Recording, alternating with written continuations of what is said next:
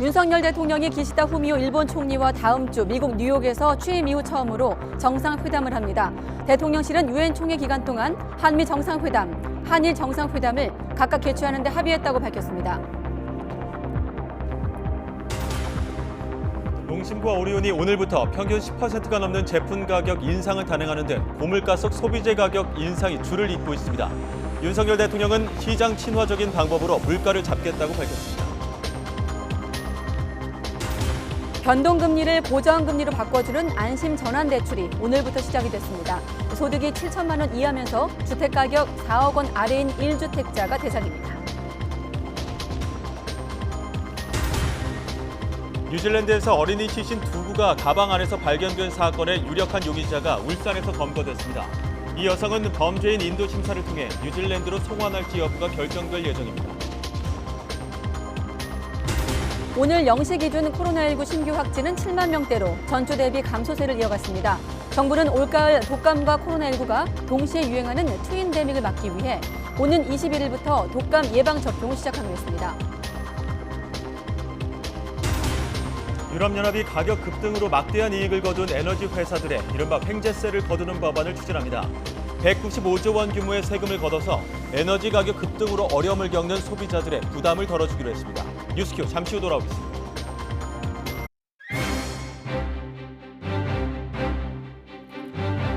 네, 여러분 안녕하십니까? 가장 빠른 종합뉴스 뉴스큐 시작합니다. 네, 뉴질랜드 가방 시신 사건 피의자, 아이들의 어머니로 알려진 여성이 우리나라에서 붙잡혔습니다. 국적은 뉴질랜드, 범행도 현지, 체포는 한국. 충격만큼 의문점도 많은 사건입니다. 사회부 강민경 기자가 사건 내용 추리고 있는데 범죄인 인도 조약까지 하나하나 알아보겠습니다. 매주 목요일 정치 원로와 전국 진단하고 있습니다. 국민의힘 이재호 고문, 민주당 이상민 의원과 함께하고요. 정기 국회 앞두고 입법 논의가 수면 위로 떠오른 노란 봉투법도 들여다보겠습니다. 네, 뉴스큐 오늘은 대통령실부터 가보겠습니다. 윤석열 대통령이 다음 주 뉴욕 유엔 총회를 계기로 미국, 일본과 정상회담을 진행합니다. 한일 정상회담은 윤석열 정부 들어 처음이자 2년 10개월 만인데요. 윤 대통령의 순방 일정도 얼개가 나왔습니다. 취재기자 연결합니다. 조은지 기자. 네, 용산 대통령실입니다. 네, 한일 정상회담을 추진하고 있다는 얘기는 며칠 전부터 나왔는데 확정됐네요. 네, 국가안보실 김태효 1차장이 방금 브리핑에서 확정 발표했습니다. 지난 나토 정상회의 때 스페인에서 한미일 정상회담이 짧게 열렸지만 유엔 총회 기간에 뉴욕에서 열리는 이번 만남은 두 나라끼리 30분 남짓한 시간 마주보는 형식이 될 예정입니다. 한일 정상회담은 2019년 12월 중국 청두에서 열린 한중일 정상회의를 계기로 당시 문재인 대통령과 아베 신조 당시 총리가 양자회담을 한 이후 2년 10개월 만입니다. 한미 정상회담은 지난 5월 미국 바이든 대통령 방한 때 진행된 이후 4개월 만입니다. 워낙 많은 나라가 참여하고 또 다양한 부수 외교 일정이 혼재되어 있기 때문에 정상회담 일정이 유동적이긴 하지만 현재로서는 한미 정상회담 그리고 한일 정상회담을 하기로 합의해놓고 시간을 조율 중에 있습니다. 네, 한국과 일본 두 나라는 이번에 만나는 게 좋겠다고 서로 흔쾌히 합의했다고 하고요. 의제는 아직 정해지지 않았습니다. 다만 안보실 관계자는 강제징용 등 현안은 우리나라가 자체적으로 프로세스를 진행하고 있고 일본과도 내밀하게 의견을 주고받고 있어서 정상이 갑자기 만나 체크할 필요도 없는 상태라고 설명했습니다. 네, 윤 대통령의 두 번째 해외 일정, 영국과 미국, 캐나다 세 나라를 방문하는데 대략적인 일정도 나왔죠? 네, 첫 번째 일정은 영국 엘리자베스 2세 여왕의 장례식입니다. 18일 전용기를 타고 런던에 도착해서 찰스 3세가 주재하는 리셉션에서 신임 국왕을 위로하고요. 여왕 시신이 안치된 웨스트민스터홀을 참배할 예정입니다. 이튿날 윤 대통령은 김건희 여사와 부부 동반으로 엘리자베스 2세 장례식에 참석해 우리 정부와 국민을 대표해 고인을 추모합니다. 이후 미국 뉴욕으로 이동해 유엔 총회에 참석하고요. 현지 시간 20일 낮에 10번째 순서로 윤 대통령이 기조연설에 나섭니다. 국제사회의 연대를 통해 한반도를 지키고 핵 위협에 공동 대응한다는 함축적인 메시지가 담길 걸로 보입니다. 윤석열 정부가 내세운 북한의 비핵화 로드맵, 이른바 담대한 구상을 북한이 사실상 일축한 가운데 우리 안보실은 비핵화 목표를 포기하지 않았다면서 인내심을 가지고 모든 조치를 취하면서 북한의 결단을 촉구할 거라고 덧붙였습니다. 윤 대통령은 또 뉴욕에서 유엔 사무총장과 면담, 또 바이든 대통령이 주재하는 리셉션에 참석해 각국 정상들과 교류할 것으로 보이고요. 이후에 캐나다로 넘어가 23일 오타와에서 트리도 총리와 정상회담을 합니다. 내년 수교 60주년을 앞두고 전략적 파트너십을 한층 심화할 실질적인 방안을 논의할 예정입니다. 안보실 관계자는 이번 순방을 관통하는 키워드는 자유와 연대, 경제 안보, 기여 외교 세 가지라고 설명했습니다. 지금까지 용산 대통령실에서 YTN 조은지입니다. 네. 해외 순방 일정 먼저 보셨고, 윤석열 대통령은 또 이 전임 문재인 정부 시절 태양광 사업과 관련해 이권 카르텔의 비리에 혈세가 사용돼 개탄스럽다고 말했습니다. 앞서 국무조정실은 태양광 전력산업기반기금이 총체적으로 부실하게 사용됐다고 발표했고, 이에 윤 대통령은 국민 세금을 멋대로 쓰는 자는 엄단해야 한다고 지시한 것으로 전해졌는데요. 윤 대통령의 출근길 발언 직접 들어보시죠. 혈세가 어려운 분들을 위한 복지, 또 그분들을 지원하는 데 쓰여야 될 돈들이 이런 이권 카르텔의 비리에 사용되었다는 것이 참 개탄스럽습니다. 저도 언론을 통해서 봤고, 법에 위반되는 부분들은 정상적인 사법 시스템을 통해서 처리가 될 것으로 생각하고 있습니다.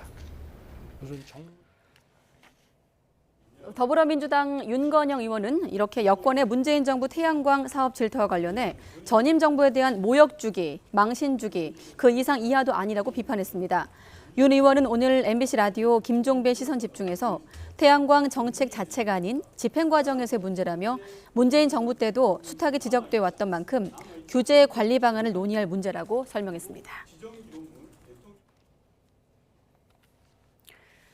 국민의힘 차기 원내대표로 주호영 전 비대위원장을 합의 추대하는 방안이 사실상 무산되면서 새 원내사령탑 선거는 경선으로 진행될 가능성이 높아졌습니다. 더불어민주당은 이재명 대표의 사법 리스크를 엄호하는 동시에 윤석열 대통령의 경제 외교 정책에 대한 비판 수위를 높이고 있습니다.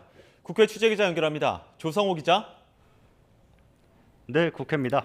네, 우여곡절 끝에 이 정진석 비대위가 출항은 했는데 가처분 소송 결론이 나오기 전에 차기 원내대표를 선출할 수 있을까요? 어떻게 보십니까? 네, 법원이 일단 이르면은 이달 말쯤에 국민의힘 비대위 관련 가처분 사건 결정을 내릴 걸로 보이면서 새로 출범한 정진석 비대위도 일단 안착에 주력하고 있습니다. 권성동 원내대표의 후임 원내대표를 선출하는 오는 19일 의원총회로 관심이 쏠리고 있는데요. 최다 선인 5선이면서 법원 결정으로 비대위원장직을 내려놓은 주호영 의원을 추대해야 한다는 주장이 당내에서 나오기도 했지만 오늘 당내 유일 호남 지역구 의원으로 대선 때 합류한 재선의 이용호 의원이 출사표를 내면서 합의 추대는 사실상 무산됐습니다. 이용호 의원 출마 기자회견 내용 한번 들어보시죠. 차기 총선 승리를 통한 윤석열 정부의 성공, 대한민국의 정상화를 바라신다면 국민의힘 의원 확장의 상징인 저를 선택해 주십시오. 여기에 3선의 조혜진, 박대출 의원 등도 출마 여부를 조만간 결정할 걸로 보이는데요. 후보군으로 거론됐던 4선의 윤상현 의원은 YTN과 전화통화에서 불출마 뜻을 밝혔습니다. 그러면서 법원의 가처분 결정 이후로 원내대표 선거를 미뤄야 한다고 주장했는데요. 직접 들어보시겠습니다. 28일 날 당의 법원의 결정을 본 이후에 원내대표를 뽑아도 괜찮다, 그런 의미예요. 권성동 원내대표의 결단을 촉구하는 포문을 열지 않았습니까? 그래서 제가 원내대표에 나선다는 것은 정치 도의상으로 맞지 않는 것 같습니다. 그러면서 추대가 거론됐던 주호영 의원이 경선에 참여할지에 관심이 쏠리고 있는데요. 주 의원은 YTN 취재진과 만나 전체 상황을 보고 있다면서 말을 아꼈습니다. 들어보시죠. 전체 상황을 보고 있습니다. 그러면 대표님 그래도 경선을 할지라도 좀 전체 상황을 보고 있습니다. 그에 대해서 답을 안 드릴게요. 정진석 비대위원장은 제주에서 한일 의원연맹 행사에 참석한 뒤 기자들과 만나 복수의 후보가 나설 경우 경선은 당연히 할 수밖에 없다고 말했습니다. 다만 원내대표 선거를 미뤄야 한다는 당내 주장에는 지도체제를 서둘러 확립하는 게 더 시급한 과제라는 인식이 더 많았던 것으로 안다고 애둘러 일축했습니다. 민주당은 어제 이재명 대표까지 나서서 사법 리스크 정면 돌파 의지를 드러냈는데 오늘은 윤석열 정부 정책 비판에 집중하는 모습이죠. 네, 민주당에서는 오는 18일부터 해외 순방에 나서는 윤석열 대통령의 외교 정책에 대한 비판이 쏟아졌습니다. 박홍근 원내대표는 친미 노선을 강조했지만 미국은 인플레 감축법으로 뒤통수를 쳤고 북한에는 담대한 구상을 비롯해 유화책을 제시했지만 담대한 망상이라는 조롱까지 당했다고 지적했습니다. 박 원내대표는 시장 친화적인 방법으로 물가 잡는 노력을 하고 있다는 윤 대통령의 약식 기자회견 내용에 대해서도 YTN 취재진에게 이렇게 꼬집었습니다. 그동안 거의 뭐 말로만 그냥 얘기를 해왔지 실질적인 어떤 대책을 통해서 여기에 대한 효과적인 어떤 성과를 내지는 못해왔잖아요. 그래서 이제 와서 무슨 시장 친화적인 방식 이걸 어디서 그런 그 고단수의 어떤 그런 뭐 정책 구상이 나왔는지 모르겠습니다만은. 박 원내대표는 또 이재명 대표 아들에 대한 소환 조사를 비롯한 검경 수사에 대해서도 지나치다고 지적을 했는데요. 직접 들어보시죠. 타켓을 딱 정해놓고 그리고 여기 대해서는 그냥 탈탈 털어가지고 나올 때까지 뭔가 문제 생길 때까지 하겠다라고 하는 의도가 있지 않는 이상 이 정도로까지 할 수가 있나 싶어요.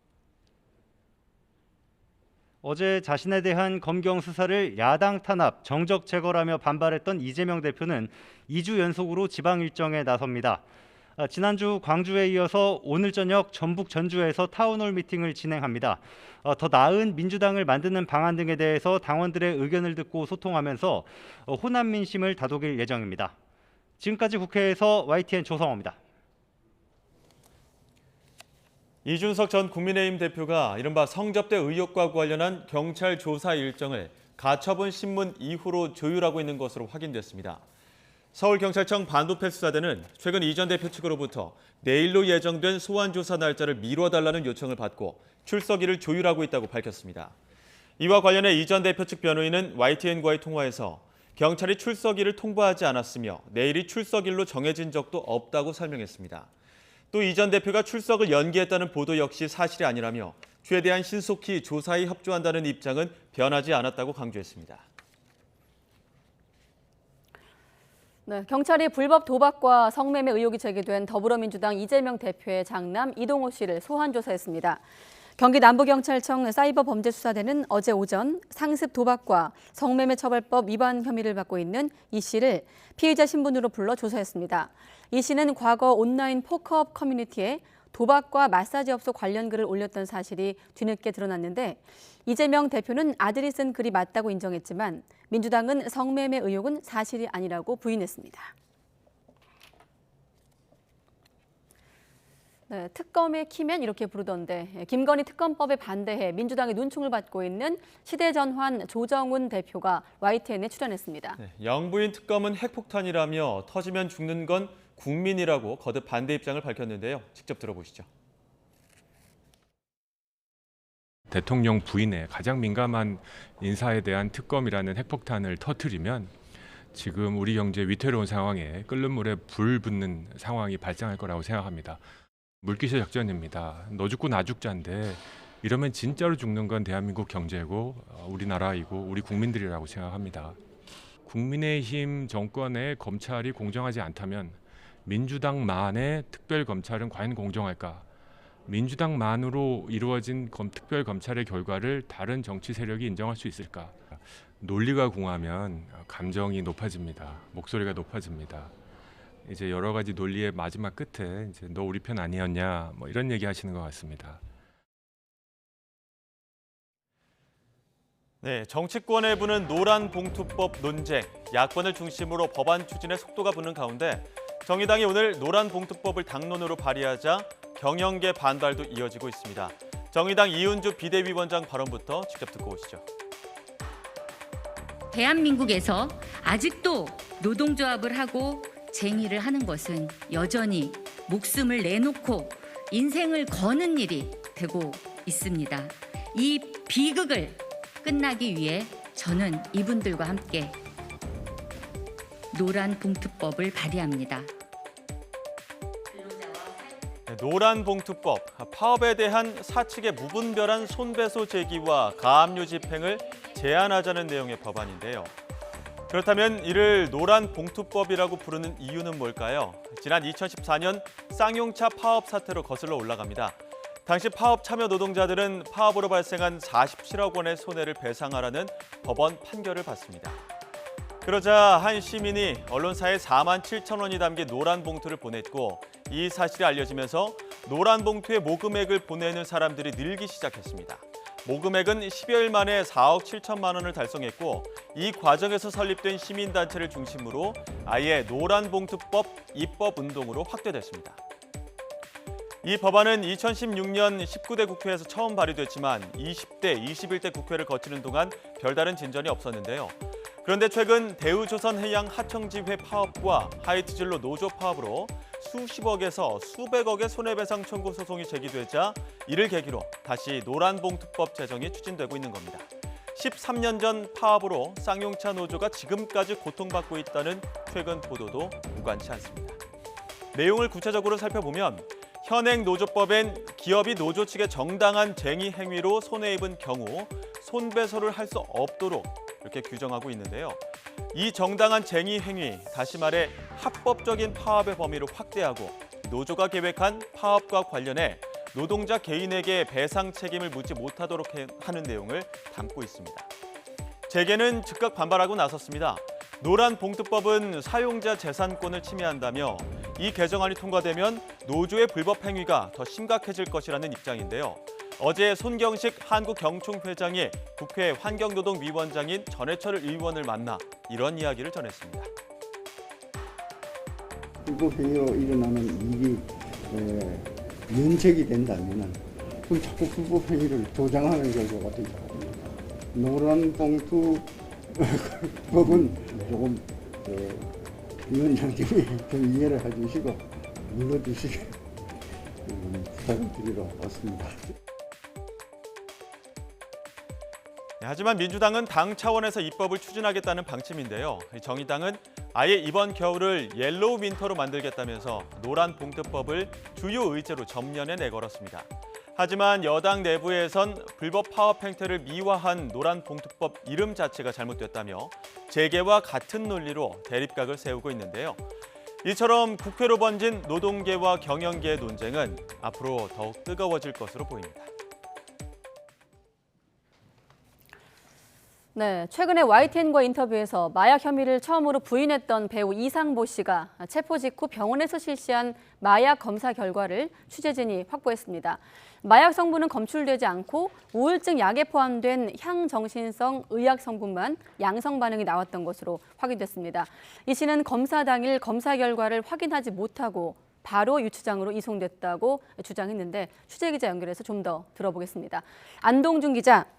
네, 사회 일부입니다. 네, 배우 이상보 씨, 그러니까 간이 시약 검사에서 마약 양성 반응 나왔다고 알려졌는데 병원 검사 결과가 다르게 나왔네요? 맞습니다. 배우 이상보 씨는 YTN과의 인터뷰에서 오랜 기간 복용해온 우울증과 불안증 치료용 약물이 오해를 불렀다며 억울함을 토로했는데요. 앞서 경찰은 이 씨를 체포한 뒤 자택에서 진행한 마약 간이 시약 검사에서 모르핀 양성 반응이 나왔다고 보고를 올렸습니다. 그런데 YTN이 이 씨 체포 당일 병원에서 받았던 마약 검사 결과를 확보했는데 마약 성분이 검출되지 않은 것으로 드러났습니다. 병원 기록에는 모르핀이 검출되지 않았다는 의미의 네거티브가 적혀 있었는데요. 당시 병원 검사에서 이 씨가 유일하게 양성 반응이 나온 건 벤조다이아제핀과 삼한계 항우울제입니다. 벤조다이아제핀은 불안증 치료를 위한 신경 안정제, 삼한계 항우울제는 우울증 치료 약물에 주로 쓰입니다. 두 성분 모두 향정신성 의약품으로 분류돼 병원에서 처방받을 수 있습니다. 이 씨처럼 향정신성 의약품을 복용할 경우 마약 검사에서 양성 반응이 나올 수도 있는데 이렇다고 마약 투약으로 단정할 순 없습니다. 전문의 얘기를 들어보겠습니다. 일반적으로 복용하는 항불안제 같은 경우에 소위 항정신성 의약품으로 분류가 돼서 검출에 나올 수는 있지만 그게 나왔다고 해서 불법 마약 중독자는 아닌 거죠. 이 씨는 검사 당일 병원에서 검사를 마친 뒤 곧바로 유치장에 들어갔고 체포 당일 검사 결과를 듣지 못하도록 경찰이 방해했다고 주장했습니다. 이상보 씨와의 인터뷰 내용입니다.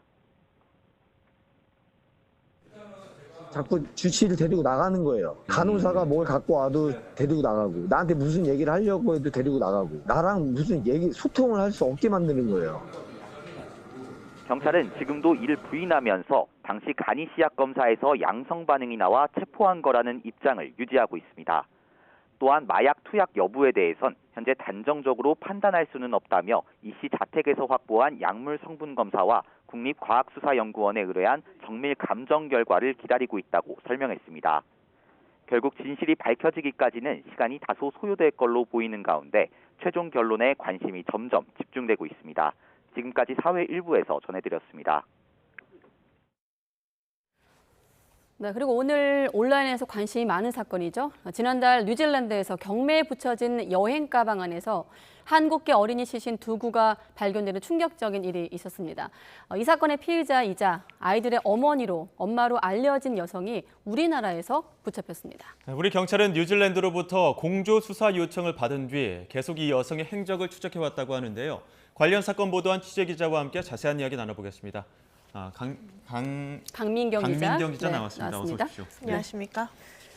지난달에 이 사건이 알려지고 나서 뉴질랜드 현지 리포터를 저희가 박성원 앵커와 함께 연결했을 때 그때 그 리포터가 뭐라 그랬냐면 이 한국계 여성과 관련된 보도는 현지에서 오히려 한국의 언론을 통해서 확인하고 있다라고 했거든요. 네. 지금 강민경 기자가 취재한 내용 아마 현지에서 관심을 많이 갖고 있을 것 같은데 자, 이 사건의 개요부터 좀 알려주시죠. 네, 일단 이 사건 자체가 뉴질랜드 사회를 되게 충격으로 빠뜨렸던 사건 중에 하나입니다. 네. 이 범행이 실제 이루어진 건 일단 지난 2018년쯤으로 추정이 되는데요. 사건이 알려진 거는 지난달 중순쯤에 현지 언론을 통해서 본격적으로 알려지게 됐습니다. 이 사건의 개요는 이렇습니다. 뉴질랜드 오클랜드에 사는 한 가족이 주인 없는 창고 물건을 판매하는 온라인 경매라는 게 있는데 여기서 가방 2개를 샀습니다. 그런데 집에 이제 가방이 와서 열어봤는데 네. 사망한 지 오래된 어린이 시신 2구가 발견이 된 겁니다. 이거 구매하기 전에 사실 가방을 열어볼 수가 없는 이유가 이게 온라인 경매기도 하고요. 이런 경매 특성상 가방은 구매한 이후에야 열어볼 수 있어서 이 가족도 당시에는 전혀 상황을 알 수가 없었다고 합니다. 신고를 받고 즉시 수사에 착수했던 뉴질랜드 경찰은 피해자들이 2018년쯤에 각각 7살 또 10살의 나이로 사망한 아시아계 뉴질랜드인이라고 분석을 했는데 또 이어서 이 가방을 샀던 가족에게는 범죄 혐의점이 없다고 종합적으로 판단을 한 다음에 수사망을 발견된 장소 관계자, 네. 즉 이 창고의 원래 소유자 쪽으로 좀 수사망을 좁혔는데요. 그 결과 경찰은 유력한 용의자로 한국계 뉴질랜드인 40대 여성 A씨를 특정을 했습니다. 특히 이 A씨는 아이돌의 친모로 추정돼서 다시 한번 큰 충격을 주기도 했습니다. 이후에 뉴질랜드 경찰은 A씨가 이제 범행 후로 추정되는 2018년에 네. 한국으로 입국한 뒤에 아직 돌아오지 않았다는 점을 확인했고 한국의 공조 수사를 인터폴을 통해서 요청을 했습니다. 또 이에 따라서 우리 경찰이 추적한 끝에 오늘 새벽 1시쯤에 이 A씨를 체포를 하게 된 겁니다. 네. 예, 오늘 새벽에 울산에서 이 여성이 체포가 됐는데 그렇습니다. 이 여성 우리 경찰이 어떻게 찾았는지 그리고 왜 울산에 거주했는지도 궁금한데요. 네, 일단 아까 말씀하신 대로 A씨가 체포된 장소 자체는 울산광역시의 울주군의 한 아파트입니다. 네. 그래서 울산 중부경찰서 형사팀이 어제부터 이곳 잠복 수사에 들어가서 오늘 새벽 1시쯤에 A씨의 신병을 확보를 했는데요. 이 체포의 결정적인 계기는 저희가 좀 알아보니까 제보, 그러니까 경찰 용어로는 첩보였다고 합니다. A씨는 서울에서 생활을 막 하다가 올해 초쯤에 지인이 울산에 사는데 이 울산에 살던 지인의 집에 얹혀 살았다고 알려져 있습니다. 그런데 지난달 말쯤에 이 사건에 대한 언론 보도가 막 본격적으로 쏟아지니까요. 우리 경찰 쪽으로 이 A씨와 비슷한 사람이 있는 것 같다는 첩보가 좀 울산 경찰에 들어왔다고 하고요. 이후에 경찰은 A씨가 이제 한국으로 들어온 시기와 또 가족관계 등을 좀 이제 몰래 확인한 뒤에 CCTV 등을 통해서 동선을 확인했고 최종적으로 어제부터 잠복 수사를 해서 A씨를 최종적으로 검거하게 된 겁니다. 네, 경찰의 첩보가 들어와서 검거하게 된 과정 소개해 주셨는데 A씨가 검찰로 신병이 인도되면서 사실 이 관련 기사 제목에 다 뭐라고 되어 있냐면 엄마로 추정되는 여성, 혐의 부인 이렇게 나오고 있더라고요. 혐의를 부인하고 있습니까? 네, 그렇습니다. 일단 A씨는 새벽에 체포될 당시에는 네. 별다른 저항을 하지 않았다고 알려졌는데요. 그리고 A씨의 신병은 지금 화면에 보시다시피 오늘 정오쯤에 울산 중부경찰서에서 서울중앙지검으로 임계가 됐습니다. A씨는 지금 보시다시피 청바지에 검은 상의를 입은 상태였고 갈색 재킷으로 얼굴을 전부 가린 채 울산 경찰서를 나왔는데요. 네. 그런데 이 A씨 취재진이 혐의를 인정하냐, 아이들을 살해했냐, 왜 이제 그 가방에 아이들을 유기했냐고 묻자 차 앞에서 작은 목소리로 안 했어요라고 3번을 말했습니다. 이 부분 한번 직접 들어보시겠습니다. 네. 왜 울산으로 오셨어요? 혹시 도피 도와주신 분이 계세요? 도피를 누가 도와주셨나요? 왜 살해했나요? 잠시만요. 혐의 인정하십니까? 네, 안 했어요. 왜 차고 유기하셨나요? 안 했어요. 안 했어요를 3번 정도 그렇습니다. 했네요. 네, 이렇게 A씨가 뭐 범행을 저질렀는지, 그러니까 아이들을 살해한 건지 등에 대해서는 A씨가 지금 혐의를 부인한 상태라서 앞으로 조사를 통해 좀 확인해야 할 사안 같긴 합니다.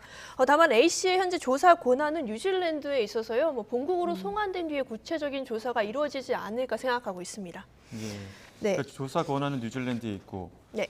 여기서 또 궁금한 게 네, 지금 보는 건 이제 뉴질랜드가 우리나라 경찰이 좀 파악한 정보를 한번 보고 있는데요. 네. A씨는 한국에서 태어난 뉴질랜드 이민자인데요. 어린 시절에 뉴질랜드로 넘어가서 국적을 취득을 했고 마찬가지로 한국계 뉴질랜드인 남성과 결혼을 했지만 남편은 질환으로 사망을 했다고 합니다. 네. 예, 앞서 말씀드렸지만 조사 권한이 이제 뉴질랜드에 있다 보니까 여기서 궁금한 부분이 피해 아이들 그리고 피의자인 모친 모두 뉴질랜드 국적 외국인이고 네. 또 범죄도 뉴질랜드에서 일어났습니다. 그렇습니다. 그런데 우리 경찰이 체포할 수 있는 권한이 있는 겁니까? 네, 일단 뭐 외국인 같은 경우에도 저희가 체포해서 조사를 할 수 있긴 한데 이 사안 같은 경우에는 모든 게 뉴질랜드에서 발생한 사건입니다. 네. 피해자도 그렇고 피의자도 그렇고 사건의 발생 장소도 뉴질랜드다 보니까 사실 조금 의구심이 생기기는 하는데 이게 가능했던 이유는 뉴질랜드와 대한민국 사이에 범죄인 인도 조약을 체결한 상태여서였습니다. 범죄인 인도 조약이란 용의자가 이제 외국으로 도망친 경우에 상대 국가가 해당 용의자를 체포해서 신병을 인도할 수 있도록 이제 국가 간에 맺는 조약인데요. 네. 이 범죄인 인도법에는 국내외법상 사형이나 무기징역, 1년 이상 징역 등에 해당하는 범죄를 저지른 경우에 요청 국가로 범죄인을 인도할 수 있는데 특히 한국과 뉴질랜드는 말씀드린 대로 범죄인 인도 조약이 체결된 상태라서 이번처럼 긴급한 경우에는 상대 국가의 인도 청구서란 걸 제시하기 전에도 검찰에 먼저 신병을 좀 확보해달라는 긴급 인도 구속을 청구할 수도 있다고 합니다. 이번 사건의 경우에는 피해자 모두 다 말씀드렸다시피 뉴질랜드인데 이 범죄인 인도 조약을 맺은 뉴질랜드 경찰이 인터폴을 통해서 저희 한국에 공조 요청을 했고요. 뉴질랜드 경찰이 구속영장을 청구를 하고 한국 법원이 체포영장을 발부하면서 우리나라 경찰이 울산에서 A씨를 체포할 수 있는 근거가 확보됐다라고 이해하시면 될 것 같습니다. 네, 다만 우리 경찰은 말씀드렸다시피 A씨의 신병만 확보할 뿐 수사를 할 수 있는 건 아닙니다. 이 때문에 결국 A씨를 둘러싼 수사는 향후에 뉴질랜드 본국에서 이루어질 걸로 보이고 있습니다. 네, 뉴질랜드 현지에서 들려온 얘기는 뭐냐면 정황이 담겨있는 CCTV 같은 단서가 없어서 수사가 제한적이다라고 알려졌는데 아무튼 유력한 피의자가 한국에 체포됐기 때문에 좀 수사에 좀 도움이 될 것 같습니다. 아까 검찰로 신병이 인도됐다고 했거든요. 네. 그럼 이 여성 곧바로 뉴질랜드로 송환되는 겁니까? 어떻게 되는 건가요? 네, 일단 곧바로 송환되지는 않고요. 일종의 국내법에 따른 절차를 좀 거쳐야 되긴 합니다. 네. 일단 A씨의 신병은 현재 이제 검찰 서울중앙지검으로 넘겨졌는데요. 뉴질랜드가 정식으로 범죄인 인도 청구를 하면 검찰은 곧 법원에 A씨의 신병 인도 재판이란 걸 청구할 걸로 보입니다. 네. 이후에 법무부는 뉴질랜드가 우리나라와 맺은 조약에 따라서 이제 앞으로 45일 안에 정식 범죄인 인도를 요청을 하면 법원 심사 청구를 검찰에 명령할지 먼저 결정을 하고요. 이후에 법무부가 이제 검찰에 명령을 하면 검찰은 법원에 범죄인 인도 신사를 청구하게 됩니다. 여기가 아직 이루어지지 않은 상태인데 곧 이루어질 예정인 절차고요. 네. 그리고 또 서울 고등법원이 이제 이 청구서를 받은 뒤에 2개월 6개월 안에 심사를 진행을 하게 됩니다. 결국 법원의 판단에 따라서 뉴질랜드 측에 이 A씨를 신병을 인도할지 여부가 결정이 되는 겁니다. 그런데 사실 큰 변수가 없는 한 이제 본국으로 A씨는 송환될 가능성이 더 크긴 합니다. 결국 뭐 A씨가 아이들을 살해했는지 여부 등에 대해서는 전부 다 본국인 뉴질랜드에서 조사가 이루어진 뒤에 알 수 있을 걸로 보입니다. 네, 일단은 검찰로 신병이 인도된 피의자 A씨. 말씀하신 대로 뉴질랜드로 신병이 어떻게 될지 또 YTN 추가 속보를 통해서 확인하시기 바랍니다. 지금까지 사회 일부 강민경 기자였습니다. 수고했습니다. 네, 감사합니다.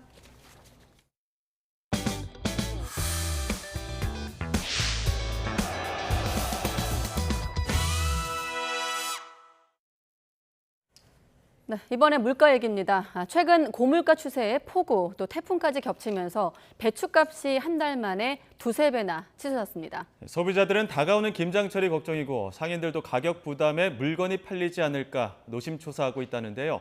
현장에 나가 있는 취재기자 연결해 자세한 소식 알아보겠습니다. 김다연 기자. 네, 마포 농수산물시장에 나와 있습니다. 네, 참 시장 가기가 부담스러운 요즘인데 밖에 나가보니 현장에서 어떤 분위기입니까? 네, 배추 가격이 지난달보다 두세 배 오르는 등 물가가 치솟자 시장을 찾은 소비자들의 반응은 둘 중 하나였습니다. 이 가격에는 도저히 물건을 못 사겠다며 발걸음을 옮기시는 분들도 있었고요. 또 그래도 어쩔 수 없다며 울며 겨자 먹기식으로 물건을 사간다는 분들도 종종 만나볼 수 있었습니다. 특히 식당을 운영하는 사람들은 그래도 아예 김장을 안 할 수는 없으니 배추 양이라도 좀 줄여보겠다고 걱정스럽게 말했습니다. 직접 들어보시죠.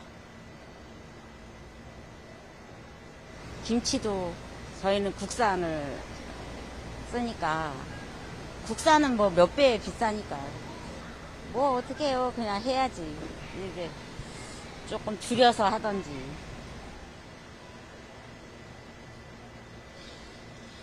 채소류 가격이 전반적으로 올랐지만 그중에서도 배추 가격 상승률이 눈에 띕니다. 이곳에서는 배추 세 포기를 망 단위로 묶어서 판매하고 있는데요. 지난달 중순까지는 한 망에 평균 15,000원 정도 하던 것이 지금은 4만 원대로 두세 배 비싸게 팔리고 있습니다. 일반 배추보다 조금 작은 알배추도 상황은 마찬가지입니다. 알배추 5개가 들어있는 한 봉지가 현재 2만 원에 팔리고 있는데요. 7, 8천 원 수준이었던 한 달 전보다 2.5배 정도 오른 겁니다. 가격이 오른 건 다른 채소들도 마찬가지입니다. 현재 무 가격은 한 개에 4,200원 정도인데 한 달 전보다 30% 넘게 뛰었습니다. 양파는 1kg에 2,600원 수준으로 추석 이전보다 10% 가까이 올랐습니다. 이렇게 물가가 오르면 소비자들뿐 아니라 상인들 마음도 무겁기는 마찬가지입니다.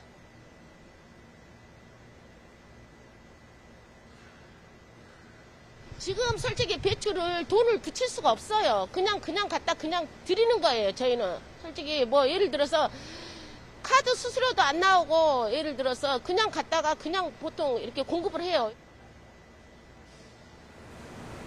두 달 뒤면 본격적으로 김장철이 시작되지만 그때까지 배추와 무를 비롯한 주요 채소류 가격이 내려가진 않을 걸로 보입니다.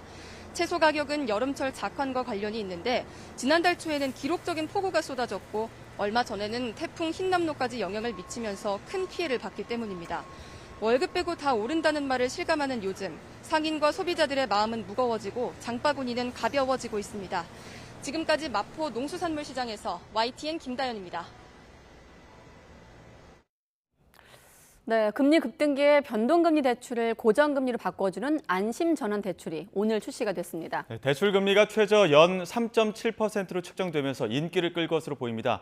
조건과 신청 방법을 취재기자 연결해 알아보겠습니다. 조태현 기자. 네, 조태현입니다. 네, 안심전환 대출 신청이 시작이 됐는데 어떤 특징이 있는 겁니까? 네, 주택금융공사와 국민신한농협, 우리하나기업은행 등 6대 은행을 통해서 오늘부터 우대형 안심전환 대출을 신청할 수 있습니다. 최근 기준금리가 빠르게 오르면서 대출자들의 부담도 커지고 있는데요. 안심전환 대출은 제1,2금융권에서 받은 변동 혼합형 금리 주택담보대출을 3%대 장기 고정금리로 바꿔주는 상품입니다. 대출금리는 만기에 따라 연 3.8%에서 4%고요. 만 39살 이하면서 소득이 6천만 원 이하인 저소득 청년층은 0.1%포인트 추가로 우대금리가 적용됩니다. 이 상품으로 갈아타기 위해선 몇 가지 조건이 있습니다. 일단 부부 합산 소득이 7천만 원 이하여야 하고 시세 기준으로 주택가격이 4억 원 아래인 1주택자가 대상입니다. 소득 7천만 원이 넘는 경우엔 내년부터 시행 예정인 일반형 안심전환 대출을 이용하면 됩니다. 지난달 16일까지 실행된 변동금리와 준고정금리 주택담보대출이 대상인데요. 이후에 주택가격이 오른다고 해도 상환 의무가 생기진 않습니다. 신청 기간은 주택 가격에 따라 다릅니다.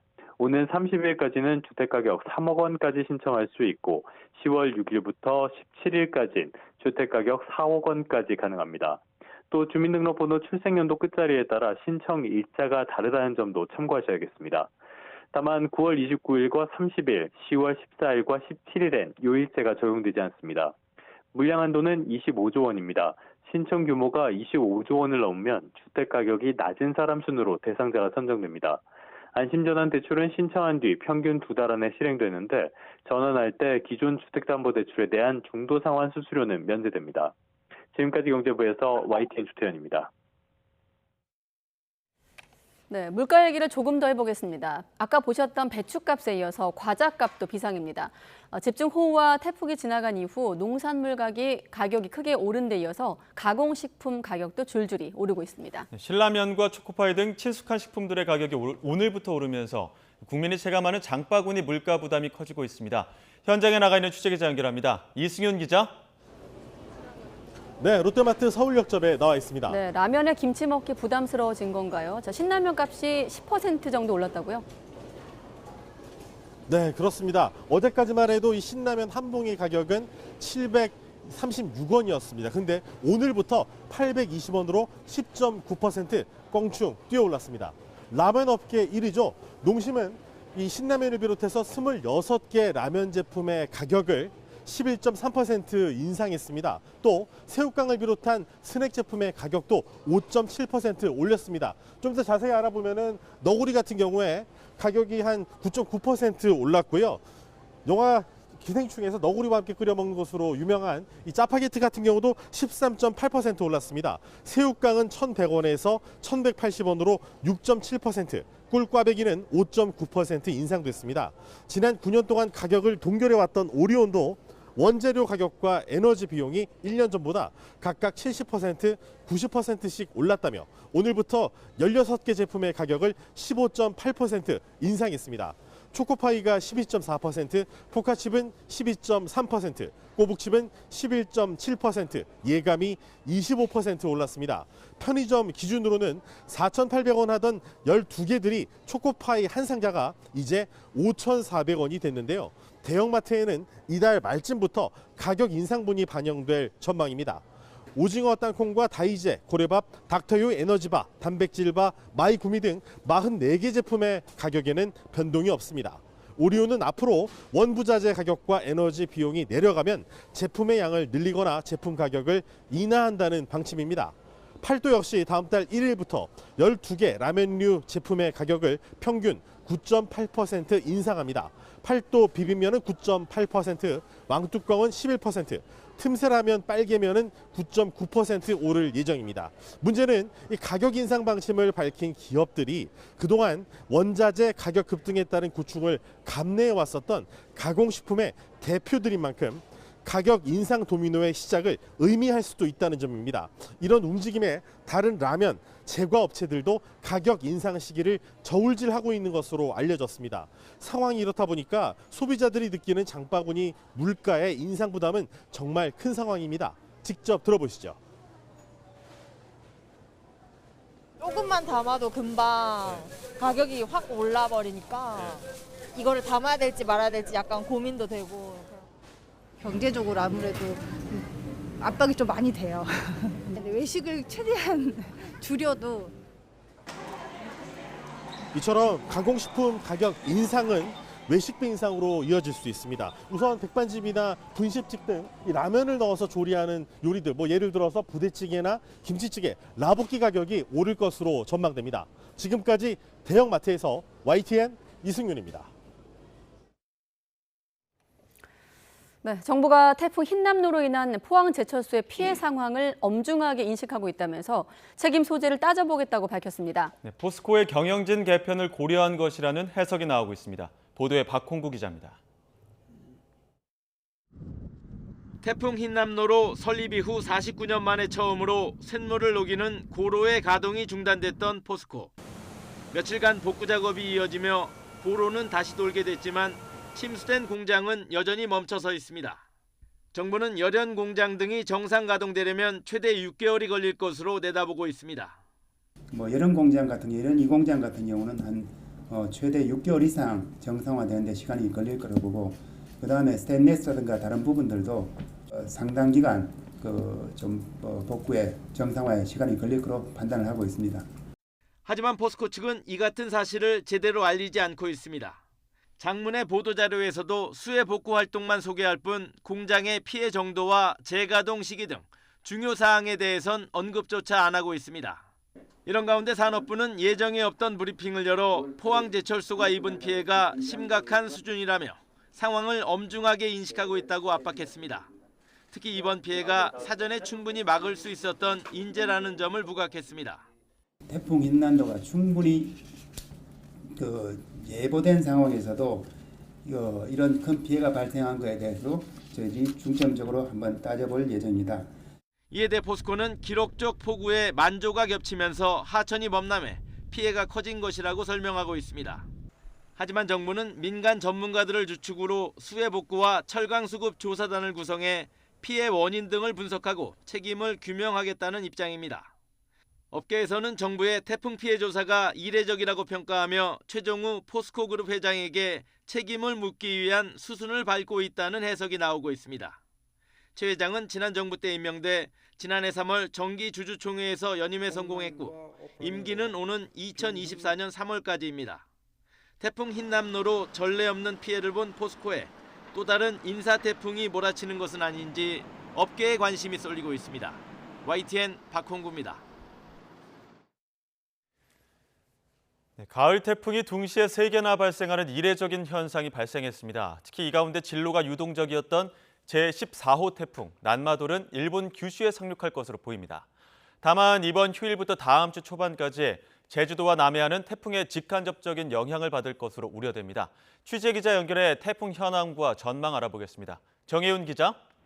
네, 문화생활과학부입니다. 네, 지금 세계 태풍 가운데 14호 태풍 난마돌에 대한 우려가 컸었는데 우리나라는 비껴가는 거죠?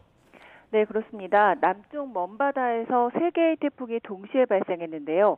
12호 태풍 무이파와 13호 태풍 무르복, 그리고 14호 태풍 난마돌입니다.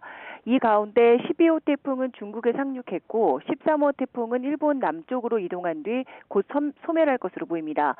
그런데 14호 태풍 난마돌은 제주도 남쪽 해상까지 올라오고 이후 진로가 유동적이어서 우려가 컸습니다. 이 태풍의 진로가 우리나라가 아닌 일본 규슈에 상륙하는 것으로 전망된 겁니다. 기상청은 태풍 난마돌이 다음 주 월요일쯤 일본 규슈에 상륙한 뒤에 일본 열도를 따라 계속 북동진할 것으로 내다봤습니다. 다만 제주도와 남해안, 영남 동해안은 태풍의 직간접적인 영향권에 들어 강한 비바람이 몰아치겠습니다. 또 남해와 동해 남부 해상에는 거센 물결일 것으로 보여 주의가 필요합니다. 네, 흰남노에 이어서 이렇게 계속 태풍이 발생하는 특별한 이유가 있습니까? 네, 전문가들은 해수 온도에서 그 원인을 찾고 있습니다. 3년째 라니냐가 이어지면서 서태평양 수온이 계속 상승했다는 건데요. 필리핀 동쪽 해상과 일본 남동쪽 해상 등 태평양의 고위도 해역의 온도가 30도 안팎까지 올랐습니다. 그만큼 태풍이 만들어지고 발달하면서 세력을 유지할 수 있는 연료가 충분해진 겁니다. 또 적도가 아닌 고위도 부근에서 태풍이 발생하면 우리나라 부근까지 올라오는 시간도 짧아져 피해가 더 커질 수도 있습니다. 태풍 전문가들은 온난화 영향으로 앞으로도 강하고 이례적인 경로를 보이는 태풍이 자주 나타날 것으로 내다보고 있습니다. 특히 태풍의 길이 한반도로 열리는 가을에 강력한 태풍이 북상할 가능성이 커지고 있다며 철저한 대비가 필요하다고 지적했습니다. 지금까지 문화생활과학부에서 YTN 정혜윤입니다. 네, 가을 더위에 올해 단풍은 예년보다 하루에 더 닷새 정도 늦게 시작할 것으로 보입니다. K웨더는 오늘 발표한 올가을 단풍 전망에서 올해 단풍이 설악산에서 예년보다 하루 늦은 9월 28일에 시작되겠다고 밝혔습니다. 이어 북한산은 10월 17일, 계룡산 10월 18일, 팔공산 10월 20일, 지리산 10월 14일, 한라산 10월 18일로 예년보다 최대 닷새 정도 늦게 단풍이 들겠습니다. 올 하반기 코로나와 계절 독감의 동시 유행 가능성이 커지면서 방역당국이 독감 백신 접종 일정을 발표하고 대응 체계도 강화했습니다. 백경란 질병관리청장은 코로나 대유행의 끝으로 가는 길을 잘 준비하겠다고 밝혔습니다. 취재부서 연결합니다. 김연아 기자. 네, 사회 2부입니다. 네, WHO 사무총장도 팬데믹의 끝이 보인다 이렇게 얘기하기도 했었는데 우리 방역당국도 비슷한 이야기인 거죠? 네, 백경란 질병관리청장은 새로운 변이가 나타나지 않는다면 장기적으로 코로나 유행은 감소 경향이 유지될 거라고 말했습니다. 이어 향후 코로나 유행 종결까지 위중증 환자를 잘 관리하겠다고도 덧붙였습니다. 고 위험군 관리와 관련해서는 오늘 독감 백신 접종 세부 일정이 발표됐습니다.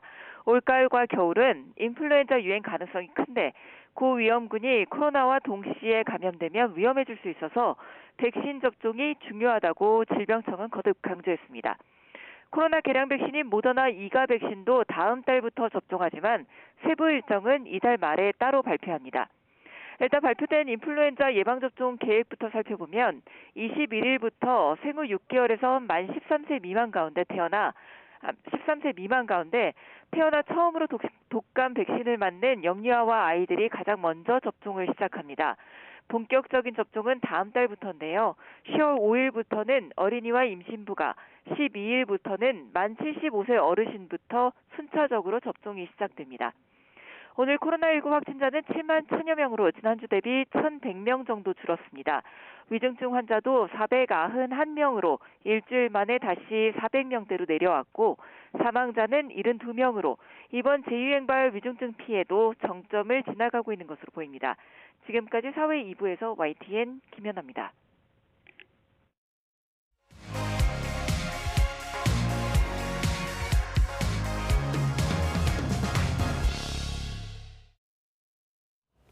네, 당 수습에 나선 국민의힘 원내대표 선거가 경선으로 정리되는 모양새지만 그 방식과 또 시기 놓고 여전히 다양한 의견들이 나오고 있습니다. 당직 인선과 조직 개편을 마무리 지은 이재명 민주당 대표는 지난주 광주에 이어서 오늘은 전북 전주로 향합니다. 이재호 국민의힘 상임 고문 또 이상민 더불어민주당 의원 두 분과 함께하겠습니다. 네, 안녕하십니까? 네, 안녕하세요. 안녕하십니까? 네, 안녕하십니까? 네, 이 당 수습에 나섰다는 표현도 몇 주째 하고 있습니다만 여전히 수습이 잘 안 되고 있는 국민의힘 얘기부터 하겠습니다. 어제 정진석 비대위원장한테도 이 질문을 드렸고 결국 이제 이 시점에서 가처분 어떤 3라운드 비대위 2라운드 이 국면에서 원내대표 어떻게 될 것인가 질문을 먼저 드릴 텐데 지금 일단 경선으로 가겠다라는 얘기는 아직 안 나오고 있는 것 같아요. 국민의힘 먼저 질문 드리면요. 예. 물론 뭐 이용호 의원이 출마 선언했지만은 네. 19일까지면 아직도 내일이 이제 이 후보 할 사람들 내일까지 등록을 해야 되니까 내일 봐야 알겠지만은 이 후보 등록해놓고도 뭐 취소하고 추대하면 할 수가 있는데 그러나 이 한 의원이 저렇게 출마 선언해버리면 저걸 취소시키고 추대하기가 좀 어렵죠. 이 국회라고 하는 게 이렇게 힘으로 되는 데가 아니니까. 게다가 그 이용호 의원이 출마 일성으로 6.25 전쟁 중에도 선거를 했다는 말을 또 하기도 했고요. 네.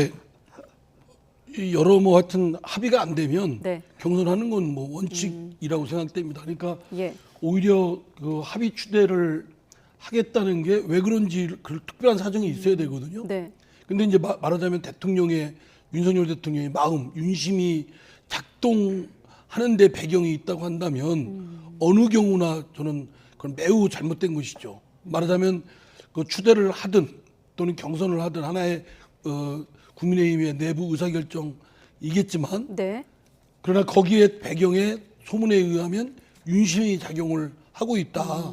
뭐 이렇게 얘기가 들리는데 그게 사실일 경우라고 한다면 저는 문제가 심각하다고 봅니다. 여전히 당 의원들의 그 원내 사령탑을 뽑는 것도 윤석열 대통령의 눈치를 보고 또 그 시그널에 따라서 움직인다. 그러면 안 되죠. 네, 아까 화면에서도 조호영 의원도 전체 상황을 보고 있다라고 했고 정진석 위원장 같은 경우는 그래도 복수의 후보가 나오면 당연히 표 대결로 가야 된다라고 여러 가지 말들이 나오고 있는데 이상민 의원이 그대로 표현을 빌어오면 소문대로 라면이라고 했거든요. 윤심이 작동하고 있는 겁니까? 추대설은? 뭐 여당의 원내대표 선거는 항상 대통령실에서 보이지 않는 게 작용을 하지요. 네. 그건 뭐 내가 솔직하게 말씀드리면 네, 뭐 내 때도 현실적으로. 네. 뭐 저 할 때도 그랬으니까. 네. 그런데 그게 약발이 먹힐 때가 있고 약발이 안 먹힐 때가 있는데 네. 그 누가 나와버리면 나오기 전에 그걸 이게 잘 이렇게 네. 정리를 해서 그냥 말 없이 편하지 않게 그냥 추대하고 이렇게 해야 되는데 네. 이번에는 처음에 추대하는 것이 좋겠다는 분위기를 좀 잡아봤는데 저게 안 되니까 저게 추대하기는 어렵게 되어버렸죠. 네, 지금 그 주호영 의원의 경우는 지난번 비대위원장 네. 하다가 단기로 끝났지 않았습니까? 가처분 1차 어쨌든 판단으로. 본인 책임보다는 가처분 결정의 인용 결정으로 물러났는데 네.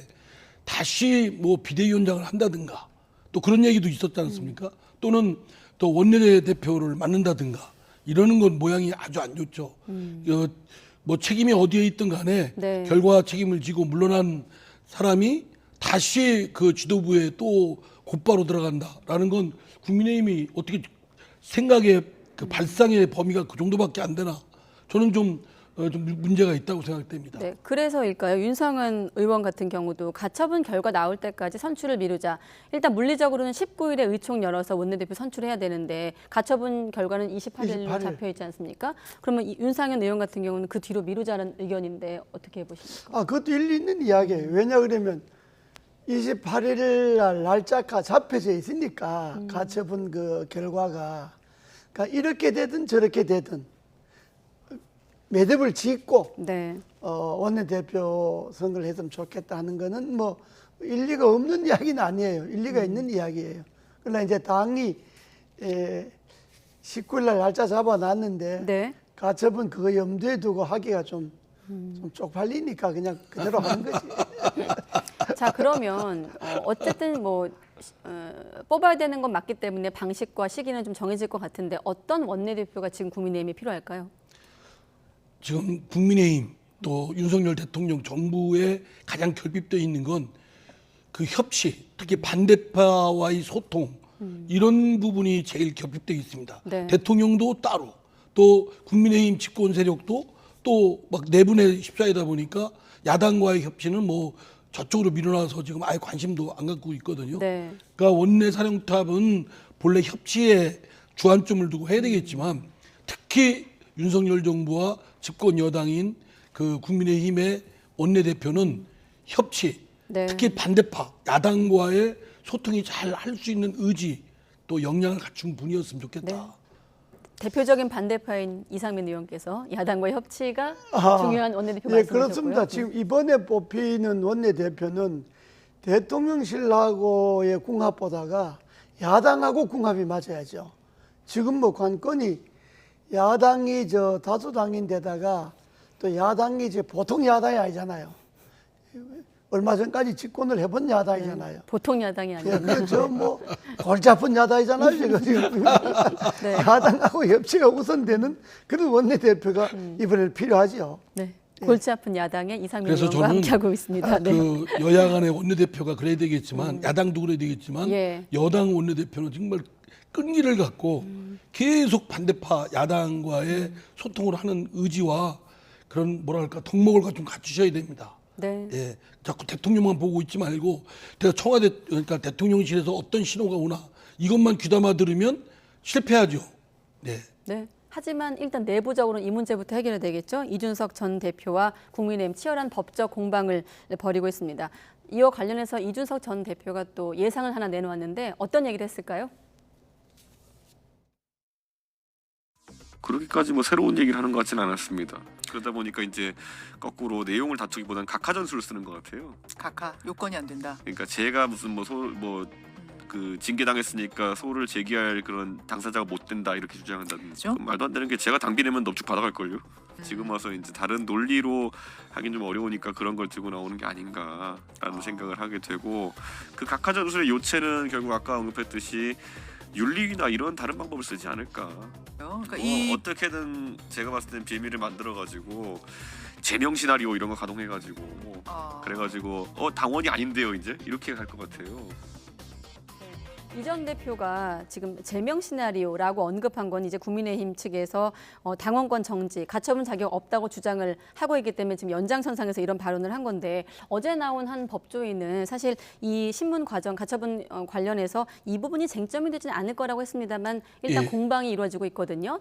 저는 어쨌든 자격인멸냐? 네. 이준석 그 당대표가 자꾸 저런 좀 행태를 보이는 건 자꾸 그러면 별로 보기가 좋지는 않습니다. 뭐 이유가 어찌됐든 간에 네. 저도 뭐 비대위 체제가 잘못됐고 그거는 빨리 원상태로 복귀해야 된다고 생각을 하고 정식으로 뽑힌 당대표를 저런 식으로 내쫓는 건 반민주적이다. 그렇기 때문에 사법부가 개입해서 제동을 걸어야 된다는 생각이지만 네. 뭐 이준석 대표의 자꾸 저런 평론가 같은 태도는 좀 별로 좀 안 좋은 것 같은데요. 다만 지금 이제 가처분 어제 신문에서 쟁점이 됐다는 그 이준석 당대표의 청구인으로서의 그 적격성, 네. 당사자 적격이라고 그러는데요.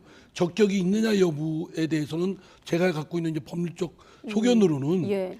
법률상 이해관계에 있는 자는 그 적격이 있습니다. 당사자 소송을 제기할 수가 있습니다. 가처분 네. 신청을 할 수가 있고. 그러니까 당원권이 정지돼 있지만 이준석 당대표는 그 6개월 그 정지 기간 끝나면 당대표로 복귀하지 예정돼 있지 않습니까? 네. 그런데 만약에 비대위 체제로 가버리면 당대표가 그 상실돼 버리죠. 그렇기 때문에 법률상 지금은 당원권이 정지되어 있는 입장이긴 하지만 그 이 가처분액에 대한 법률상 이해관계를 갖고 있기 때문에 그 청구인 적격, 당사자 적격은 저는 인정될 것이다. 그거는 제가 볼 때는 피청구인, 그 국민의힘 쪽에서 네. 잘못 짚은 거라고 생각되고요. 효력 정지를 구할 당사자의 적격이 된다고 보는 예, 것인 저는 뭐 거고요. 그거는 예. 문제가 되지 않고 그 아까 말씀드린 법률상 이해관계가 있는 자로서 그 이준석 대표의 청구인 적격은 인정될 것이다라고 네. 생각되고요. 지금 2차 비대위도 1차 비대위 연장선상입니다.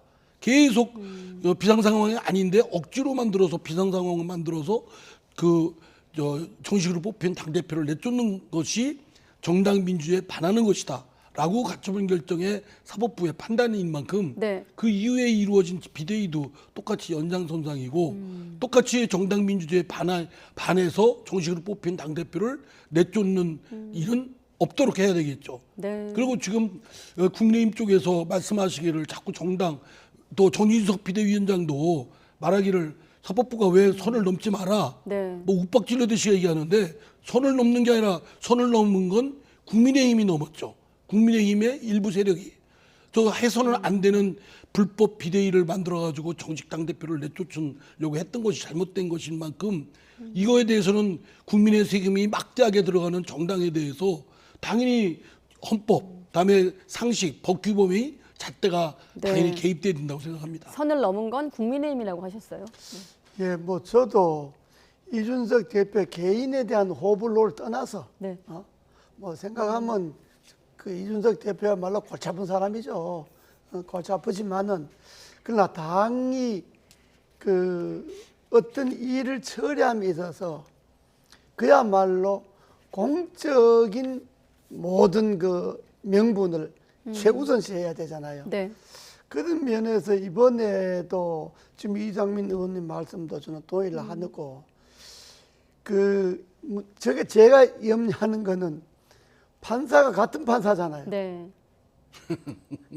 그러니까 지난번에는 이렇게 해놓고 그게 뭐 근본적으로 그 원인이 사라지지 않고 그냥 그 원인을 의도적으로 땜질한 거잖아요. 예. 그래서 올라갔는데 이게 형식 요건을 갖추었으니까 다시 이거는 기각할 수 있다. 이렇게 판사가 판결해 줄지 이건 결국 지난번에 내가 판결한 것에 대해서 요식행위에 불과하고 본질은 변하지 않았다. 이렇게 생각하면 이거 아주 골치 아픈 결과가 나오죠. 네. 예. 두 분의 방금 답변은 4차 가처분 신문에 대한 전망에 대한 어떤 질문의 답변으로 가름하겠습니다. 자, 이번엔 이재명 민주당 대표, 윤 대통령한테 영수회담을 지금 거듭해서 요청을 하고 있는데 일단 대통령은 이 용어 자체에 대해서 거부감을 좀 갖고 있다 이렇게 알려주고 있는데 일단 제안한 배경, 영수회담을 이 시점에 이재명 대표가 제안한 배경은 어디에 있을까요? 이재명 대표가 그 윤석열 대통령 소위 영수회담 뭐 대통령과의 그 면담을 요구한 건 여러 정치적 계산이 있겠죠. 네. 또 이재명 대표가 정치적으로 얻고자 하는 득이 있고 어떤 화살을 좀 피해보고자 하는 정치적 계산도 있겠고 네. 뭐 하여튼 여러 가지가 있겠지 않겠습니까? 여러 가지가 있다 하더라도 대통령이 야당 대표가 더구나 지금 제1당의 당대표가 취임한 지 얼마 안 됐고 만나자고 지금 여러 차례 얘기를 하면 저는 좀 그 성의를 생각해서라도 좀 만나주는 그런 신윤회도 좀 할까 싶습니다. 만나서 얘기하면 될 거 아니에요. 그리고 얘기할 거 안 될 거 뭐 이런 거 손을 가리면서 얘기하면 되는 거고 또 민생 또 지금 우리 우리 대한민국에 닥친 여러 가지 복합적 위기들 이런 문제들을 지금 여야 간에 정파 간에 그 힘을 합쳐야 될 부분에 대해서는 좀 힘을 합치는 모습을 국민한테 보여드리고 또 필요한 입법, 예컨대 지난 대선 과정에 공통으로 공약을 했던 것들은 빨리 하자고 했거든요. 네. 이재명 당대표가. 그러면 그런 것들을 먼저 하고 그런 거 하면 한두 시간 금방 지날 겁니다. 만나면 대통령 폼도 살고 대통령도 도량이 있는 분이다 이렇게 할 텐데 아니 도대체 왜 대통령이 이렇게 피하는 건 자신이 없는 건지 네. 아니면 그 이재명 정치적 계산에 내가 휘둘르는 거 아닐까? 아니 그거는 좀 휘둘러주면 좀 어떻습니까? 좀 더 크게 대범하게 좀 갔으면 싶습니다. 정치적 계산에 좀 휘둘러주면 어떻겠습니까? 라고 이상민 의원이 그 제안하셨습니다. 말도 일리가 있고 지금 대통령실에서 이야기하는 거 영수회담이나 용어가 적절치 않다. 그 말은 맞아요. 지금 뭐 대통령이 공식적으로 뭐 여당의 대표도 아니고 그러니까 여야 영수회담이 아니고 대통령과 야당 대표의 만남을 하자. 뭐 그렇게 말하는 거는 그건 뭐 일면 용어는 이해가 가지만은 그러나 대통령실에서 그를 용어를 문제 삼아서 그 영수회담 문제가 적절치 않다고 이야기하는 거는 좀 궁색한 이야기고 그건 좀 좀스러운 이야기죠. 용어에 이러면 어떻고 저러면 어떻고 만나는 거 윤석열 대통령과 저 이재명 대표가 만나는 건데 용어가 뭐 이러면 어떻고 저러면 어떻습니까? 그리고 문제는 이재명 대표도 저는 이게 빠졌다고 봐요. 해체할 때 내가 사법적으로 많은 문제를 안고 있다는 걸 알고 있다. 기소되는 것도 알고 있다. 그러니까 내 문제는 법에 맡기겠다. 그거는 사법적 판단에 맡기고 나는 지금 이 시기가 경제 문제라든지 외교 문제라든지 여러 가지로 국가와 국민이 불안하다. 그러니까 나는 야당의 이해관계나 내 개인의 이해관계는 일체 언급하지 않겠다. 그거는 내 문제는 법조에 맡기겠다. 법에 하고 국가와 국민의 문제를 풀기 위해서 만나자. 이렇게 이야기를 해야 되고 또 대통령실도 무슨 뭐 정무수석이 이렇게 저렇게 이야기하지 말고 그래 만나자. 만나는데 대통령과 야당 대표 만날 것이 아니라 여당 대표도 만나자. 셋이 만나갖고 이야기하고 그러고 여당 대표는 빠지고 야당 대표 만나서 이야기할 수도 있지 않냐. 그리고 대통령도 대통령이나 여당의 어떤 이해관계를 떠나서 정치적 계산이 떠나서 국가와 국민이 이 시기에 불안하지 않도록 여야가 만나서 이야기해보자. 단 내가 지금 외국 18일부터 나가니까 갔다 와서 한번 보자. 뭐 이렇게 좀 통 크게 나가야 국민들이 좀 그 마음을 열고 그러지. 뭐 이런 핑계 저런 핑계 서로가 되면 국민들이 볼 때 아이고 답답하죠. 그리고 짜증나죠. 짜증나. 저 대표님도 전에도 말씀하셨지만 대통령이 야당 당사를 방문해서 야당 대표를 만나는 모습이 더 통 크고 큰 리더십을 보이는 거 아니겠습니까? 오히려 박수를 보낼 텐데 오히려 저 같으면 야당 대표 이재명 대표 말하기 전에 자기가 저 대통령이 그 야당 당사도 방문해서 야당 대표 만나고 자주 만날수록 좋은 거 아니겠습니까? 저는요 야당 대표와 대통령이 회담을 정례화해야 된다고 생각하는 사람이에요. 4개월에 한 번씩 보든 3개월에 한 번씩 보든 야당 대표하고 만나갖고 앞으로 2년 동안에는 어차피 민주당이 다수당이니까 다수당의 대표를 만나서 협조 구할 것도 구하고 설명가도 설명하고 이렇게 하는 것이 국민들이 역시 윤석열 정부 뭐 다르구나 하고 좀 이렇게 믿음이 가는 거지. 무슨 제안을 하면 요 핑계 저 핑계 대고 그건 물론 대통령이야 그러지 않겠지만은 대통령의 사람들이 참모들이 제가 볼 때는 좀 쪼잔스럽다. 대통령의 사람들. 지금 두 분 말씀 듣다 보니 사실 만나는 게 그렇게 어렵지 않은 것 같은데. 그럼요. 그 뭐가 어렵습니까? 네, 말씀하신 대통령의 사람들이 지금 YTN 보다가 생각을 좀 바뀔지 한번. YTN 봤으면 좋겠어요. 네, 회담 일정이 좀 바뀔지 한번 지켜보기로 하고. 아니 북한이 김정은하고도 만나자 그러잖아요. 아이고 뭐 이산가족 뭐 대화하자 뭐하자 이것저것 내놓고 대화하자 하면서 아니 자기 나라의 야당 대표를 못 만날 이유가 뭐가 있나요? 그거 뭐 이해관계 따질 게 뭐가 있어요? 지금 나라가 어렵고 경제가 지금 환율이 지금 1,400이나 1,500이나 가는 바인데 아니, 만나서 좀 또 이재명 씨도 그 꽤가 많은 사람이니까 뭐 또 좋은 지혜가 나올지도 모르잖아요. 옳으신 말씀입니다. 네, 알겠습니다. 자, 대통령 저는 그래요, 제 생각이. 네, 사실 꽤가 많은 이재명 대표에 대한 좀 질문을 드리고 싶은데 시간이 별로 없어서 한일 정상회담 또 한미 정상회담 중요한 속보가 들어왔기 때문에 여기에 대한 좀 두 분 의견도 듣고 싶습니다. 아직 의제를 안 정했다고 하거든요. 일단 한일 정상회담 같은 경우는 이제 윤 정부 출범 이후 처음인데 어떤 주제가 좀 의제로 정해져 있다고 보십니까? 지금 한일 관계는 놓여 있는 게 배상금 문제, 강제 집행, 현금화 이걸 어떻게든지 빨리 해결하는 것이 급하지 않겠습니까? 만약에 이거를 그냥 방치 상태에 두면 한일 관계는 급속도로 더 악화가 될 것이고요. 그냥 방치해서는 안 되니까 저는 여러 가지 지혜의 방안이 나왔다고 생각합니다. 그래서 한국 내에 있는 배상, 강제징용 등 그 피해자들을 좀 잘 설득을 해서 그들이 동의를 얻는 전제하에 잘 해결됐으면 좋겠고요. 미국도 그렇습니다. 지금 바이든 대통령 지금 자신이 전기자동차 이번에 그 인플레 감축법 통과시키고 이 성과가 자기 성과다라고 하고 다니고 있지 않습니까? 지금 완전 뒤통수 맞은 격입니다.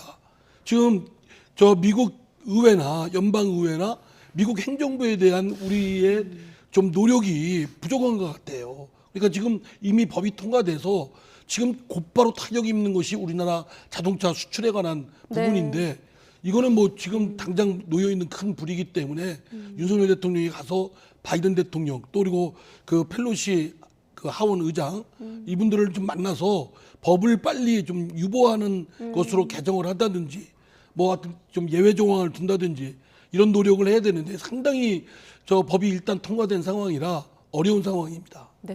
예, 저는 한미 그 정상회담에는 두 가지를 해결해야 된다고 봐요.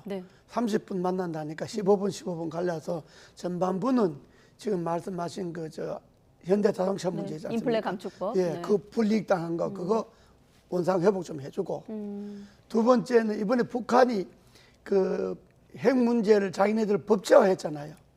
그러니까 이제 비핵화 말은 더 꺼낼 필요가 없어요. 안 되는 거예요.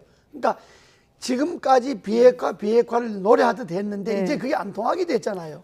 그랬을 때 북한에 대한 소위 그 북한 핵에 대한 대처가 한미 간 어떻게 새로운 방향으로 공조할 것이냐. 난 이 문제는 이번에 반드시 이야기하고 와야 된다고 봐요. 그걸. 그리고 일본과의 문제는 복잡하잖아요. 잘못 이야기하면 또 뭐 친일파다 아니다 뭐 이렇게 또 국내에서 시끄러울 거니까. 그러니까 그런 역사적인 문제는 뒤로 문제 놓고 일단 경제적 이해관계가 일치되는 부분 이 부분은 난 이번에 한일 간에 좀 합의해 놓고 오는 게 그게 좋다고 봐요. 네, 대형 외교 이벤트 앞두고 두 분의 어떤 이를테면 조언 들어봤고 이 문제는 어떻습니까? 좀 판단이 필요한 부분인데 지금 여야 공방도 좀 번질 것 같고 태양광 문제, 탈원전을 추진했던 전임 문재인 정부의 에너지 정책 핵심이라고 볼 수 있는데 좀 단도직입적으로 자막에서처럼 이권 카르텔 비리입니까? 아니면 전임 정부 모욕죽입니까?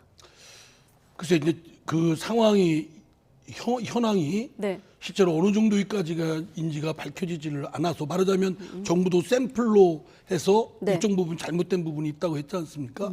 뭐 잘못된 부분은 속아내고 책임을 물어야 되고 또 규정한 혈세이니만큼 환수치도 있어야 되겠죠.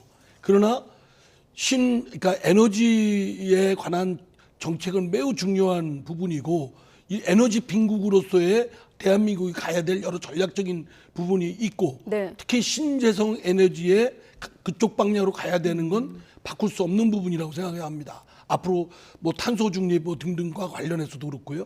그렇기 때문에 이것이 지난 정부의 정책을 폐기하는 방향이라든가 전체를 다 묵살하는 뭐 한다든가 뭐 다 틀쑤셔가지고 정책을 완전히 오리무중으로 만드는 그런 어리석음은 없도록 교과서루의 그런 어리석음이 없도록 아주 신중하게 그리고 필요한 부분만 속간해서 뭐 책임을 묻는다든가 뭐 이런 진단과 대책이 필요하다고 생각됩니다. 예, 저는 이 문재인 정부의 3대 부패 사건 크게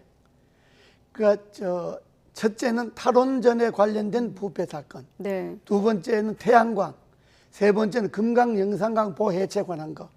그러니까 부패가 꼭 뭐 돈을 어떻게 한 것만 부패가 아니라 예. 공무원들이 서류를 조작하거나 통계를 조작하거나 이것도 다 부패에 들어가는 거거든요.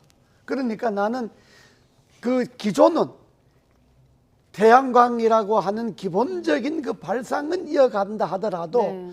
그것에 연루된 탈원전에 연루된 거, 태양광에 연루된 거, 금강 영산강 보호 해체에 연루된 거, 요 세 가지는 이 부패는 나는 그거는 뭐 어떤 정권의 이해관계를 떠나서 정치적 이해관계를 떠나서 요거는 부패 그 자체를 밝혀내는 이 조사는 해야 된다고 봐요. 네, 알겠습니다.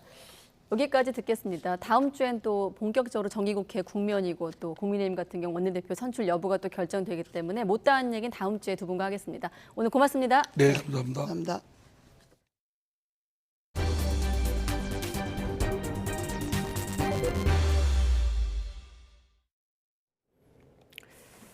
네, 의붓 딸과 그 친구에게 성범죄를 저지르고 극단적인 선택으로 내몬 50대가 징역 25년을 확정받았습니다. 대법원은 피해자들의 진술에 충분한 신빙성이 있다고 보고 A씨의 범행이 강제 추행을 넘어 성폭행에 해당한다고 판단했습니다. 김다연 기자가 보도합니다.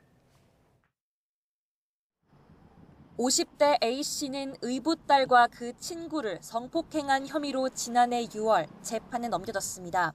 추행 당시 딸은 대여섯 살이었고 중학생이 됐을 땐 성폭행으로까지 이어졌습니다. 지난해엔 딸의 친구를 상대로도 범행을 저질렀습니다. 경찰 수사가 이뤄지던 지난해 5월 피해자 2명은 극단적 선택을 해 숨졌습니다. 이후 국민청원 게시글까지 올라오며 추모와 함께 계보에 대한 엄벌을 촉구하는 목소리가 이어졌고 1심에서 A씨는 징역 20년을 선고받았습니다. 하지만 2심에서는 이보다 무거운 징역 25년이 선고됐습니다.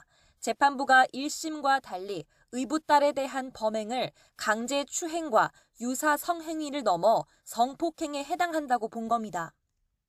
대법원 판단도 같았습니다. 대법원은 딸이 정신과 진료 과정이나 경찰 조사에서 한 진술에 충분한 신빙성이 있다고 봤습니다. 피해자들이 사건 경위를 구체적으로 묘사했고 허위로 진술할 동기가 없다는 게 대법원의 판단입니다.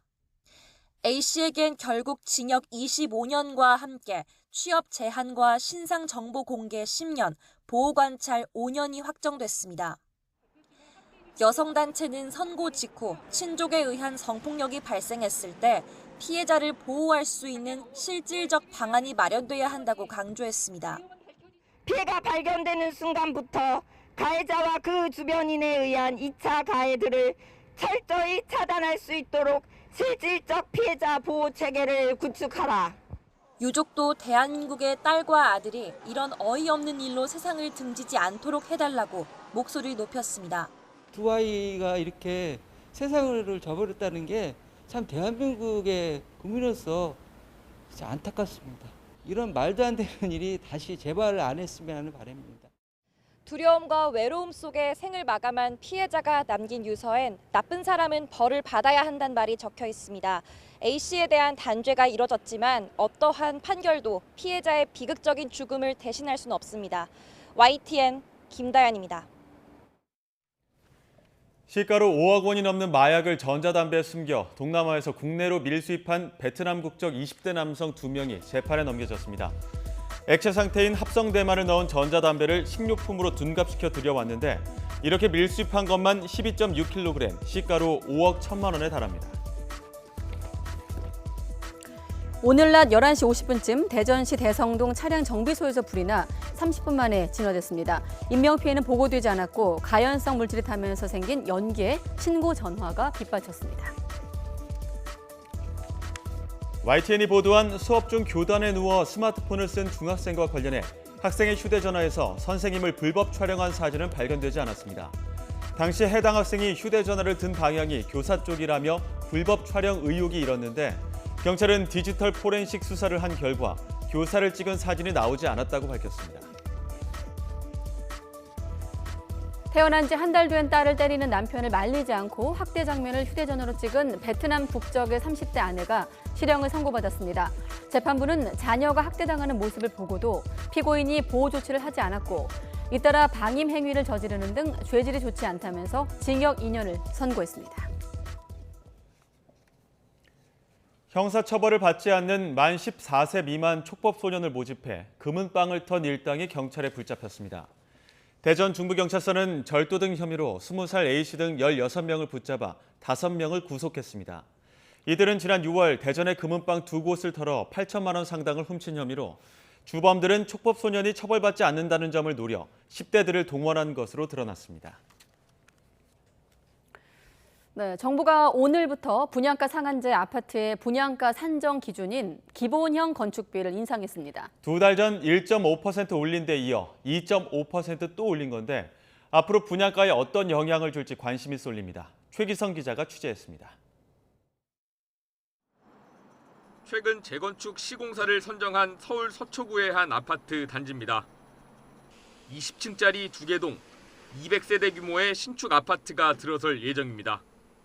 공사비는 984억 원, 3.3제곱미터당 875만 원으로 책정됐습니다. 최근 강남의 소형 단지 공사비가 평당 1,000만 원을 넘는 수준입니다. 원자재 가격 상승이라든가 최고급 사양을 적용하는 하이엔드 상품이라는 점을 감안하면 평당 875만 원은 그렇게 높은 공사비는 아닌 것으로 생각됩니다. 지난해 서울 재건축 재개발 아파트 13곳의 3.3제곱미터당 평균 공사비 578만 원을 크게 웃돕니다. 이런 상황에서 국토부는 기본형 건축비를 2달 만에 또 올렸습니다. 1제곱미터당 건축비 상한 금액을 기존 185만 7천 원에서 190만 4천 원으로 조정한 겁니다. 합판거 푸집과 전력 케이블 같은 자재값과 인건비가 각각 많게는 12%와 5% 오른 걸 반영했습니다.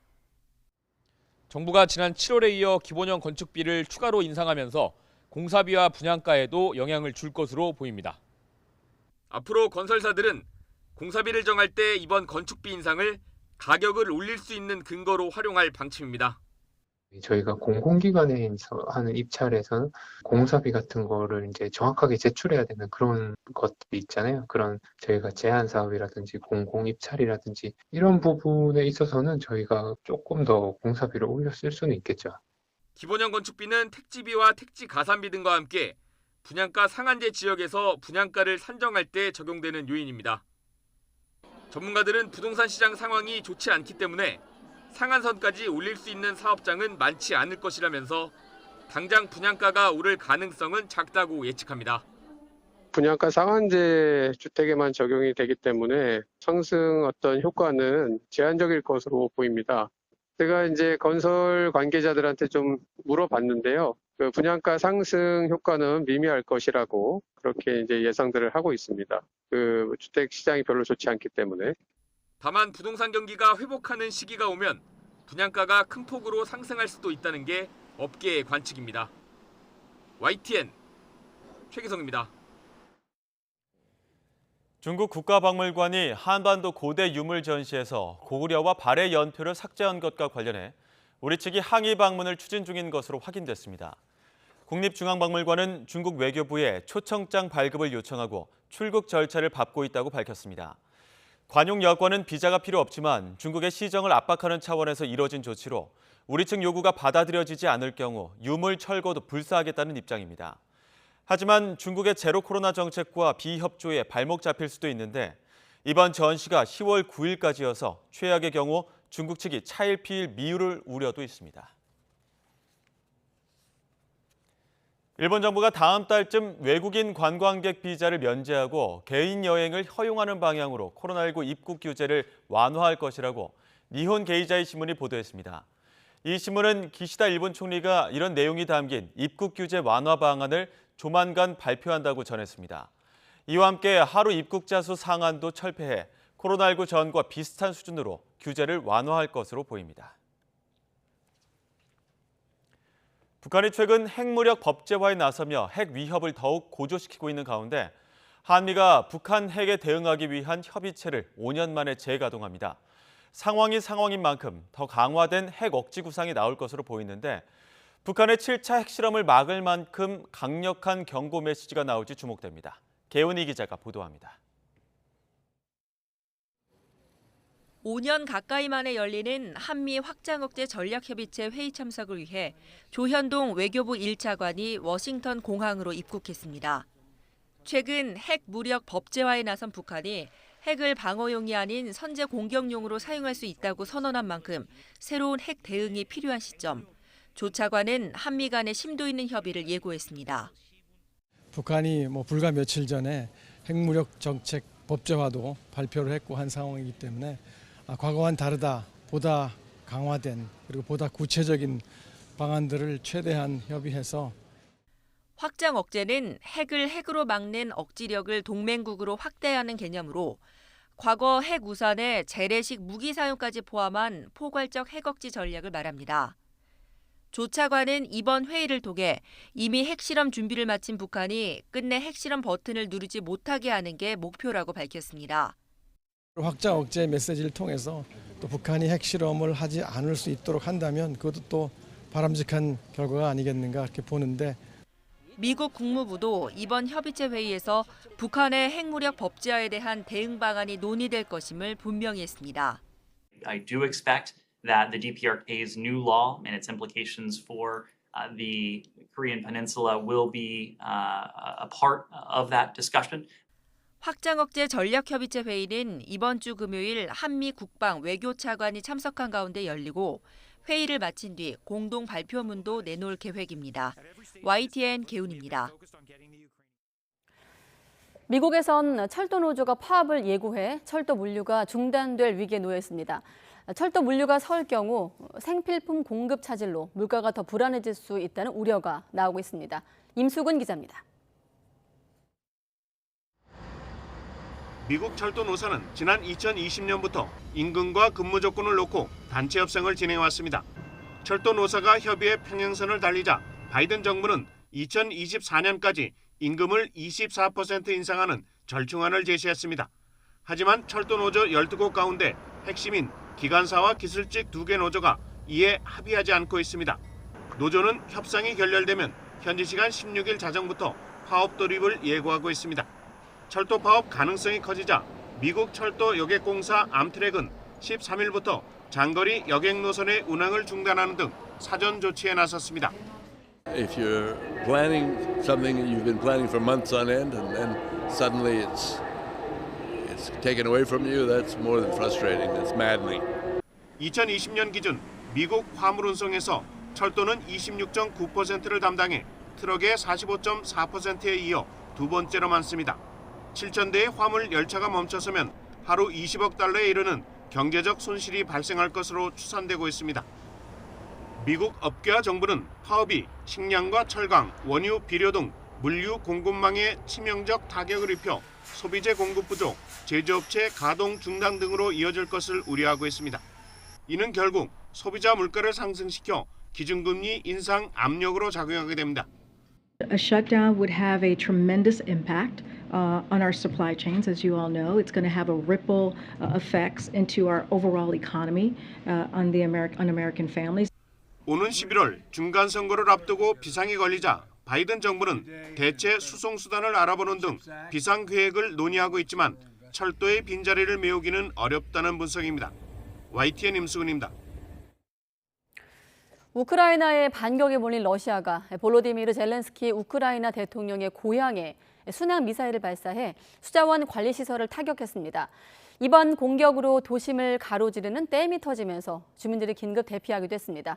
김원배 기자입니다. 볼로디미르 젤렌스키 우크라이나 대통령이 댐으로 추정되는 시설이 부서진 사진을 자신의 소셜미디어에 올렸습니다. 젤렌스키 대통령은 사진 설명을 통해 러시아가 계속 민간인을 상대로 전쟁을 벌이고 있다고 비난했습니다. 이어 이번에는 크리비리허의 수력시설을 노린 미사일 타격으로 홍수를 일으키려는 시도라고 주장했습니다. 크리비리허는 우크라이나 중부에 위치한 인구 65만 명의 도시로 젤렌스키 대통령의 고향입니다. 우크라이나 당국에 따르면 현지 시간 14일 최소 7발의 미사일이 크리비리혀의 수력시설을 타격했습니다. 우크라이나 당국은 기밀이란 이유로 구체적으로 어떤 시설이 공격받았는지 공개하지 않았습니다. 우크라이나 대통령실 관계자는 이 공격으로 크리비리혀를 지나는 강에 상당한 양의 물이 유입됐으며 일부 구역에서는 홍수 위험이 생겼다고 말했습니다. 이에 따라 피해 복구와 함께 수위를 주시하는 중이라고 이 관계자는 덧붙였습니다. 이번 공격은 우크라이나가 앞서 러시아에 빼앗겼던 동북부 하르키우주에서 지난 주말 사이 대반격에 성공해 영토를 대거 수복한 이후 나온 것입니다. 러시아는 11일에도 순항 미사일로 발전소를 타격해 우크라이나 국민 수십만 명이 단전을 겪게 했습니다. 러시아는 2월 우크라이나 침공을 시작한 이후 민간 시설에도 공격을 멈추지 않았으며 특히 이번 공격은 맹추위가 닥치는 우크라이나 겨울철을 앞두고 전력, 수도를 끊으려는 의도로 비친다고 월스트리트 저널은 분석했습니다. YTN 김원배입니다.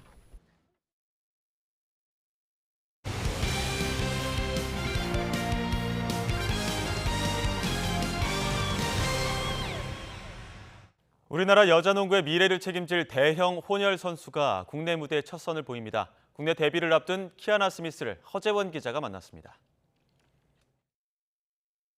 Favorite food, galbi and kimbap. I used to eat kimbap as a snack almost every day, so yeah, just love it. 좋아하는 한국 음식을 떠올리기만 해도 얼굴 가득 수줍은 미소가 번집니다. 젓가락질도 익숙한 걸 보니 몸에는 우리나라의 피가 흐르는 분명한 한국인의 후손입니다. 금융업에 종사하는 한국인 어머니를 닮아 경영대학원까지 마칠 정도로 공부도 잘하지만 NBA에서 뛴 할아버지, 대학농구팀 감독인 아버지의 뒤를 이어 아직은 농구 코트에서 더 큰 재능을 발휘하고 있습니다. 올해 미국 여자 프로농구에 데뷔해 LA 스팍스에서 뛴 현직 WNBA 리거 키아나 스미스가 이제 신인 드래프트를 통해 국내 무대에 데뷔합니다. Really chose anywhere, but I really wanted to pick Korea because ever since I was little, I wanted to learn more about my culture and being able to play here in my mother's home country. It means a lot to me and my family, and I know that I can get better here. 농구 명문 루이빌대를 졸업한 키아나는 지난 시즌 WNBA에서 11경기에 출전해 평균 2.6득점을 기록했습니다. 2017년에는 미국 최고의 유망주에게 주는 맥도널드 올 아메리카 어워드를 받았습니다. 미국 3대3 농구 국가대표팀 제의를 받았지만 태극마크를 달고 싶어 어머니의 나라에서 더 큰 도전에 나섰습니다. I would be honored to have the opportunity to play on the nationals team. Obviously, playing in the Olympics is a dream of mine, so to be able to do that for my mother's country would be a dream come true. 여자 프로농구 신인 드래프트에서 전체 1순위 지명이 확정적인 키아나의 두 어깨에 한국 농구의 밝은 미래가 연그러가고 있습니다. 잘해야지. Okay. 잘해. Okay. 응? 네. YTN 허재원입니다. 서울고 우완 투수 김서현이 2023 KBO 신인 드래프트 전체 1순위로 한화 유니폼을 입었습니다. 2순위 지명권을 가진 기아는 충암고 좌완 투수 윤영철을, 롯데는 3순위로 제2의 이정후로 불리는 휘문고 내야수 김민석을 뽑았습니다. 2년 전 학교폭력 문제로 지명이 철회됐던 고려대 김유성은 2라운드에서 두산의 선택을 받았습니다. 18세 이하 야구 대표팀이 미국 플로리다에서 열린 야구 월드컵 A조 마지막 경기에서 캐나다의 13대0 6회 콜드게임 승을 거두고 조 2위로 진출했습니다. 2대0으로 앞선 6회 11점을 대거 뽑으며 승패를 결정짓는데 대표팀은 내일 일본전을 시작으로 타이완, 멕시코와 차례로 격돌합니다.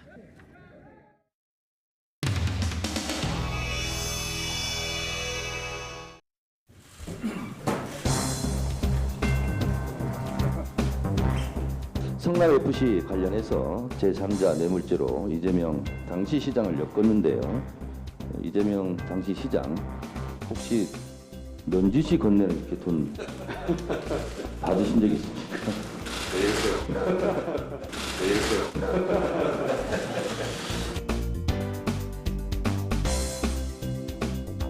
경찰 수사 결과에 대해서 한 말씀 좀 부탁드리겠습니다. 합니다. 네. 수사 결과가 뒤집혔는데 이제는 어떻게 보실까요? 경찰에 물어보시죠. 왜 뒤집었나? 그 대가 쓴 후원금과 이번에 그 성남 FC 광고비 관련해서 이건 누가 봐도 정말 어이없는 정치 보복이에요. 불과 1년 전에는 불송치 결정을 내렸던 거 아닙니까?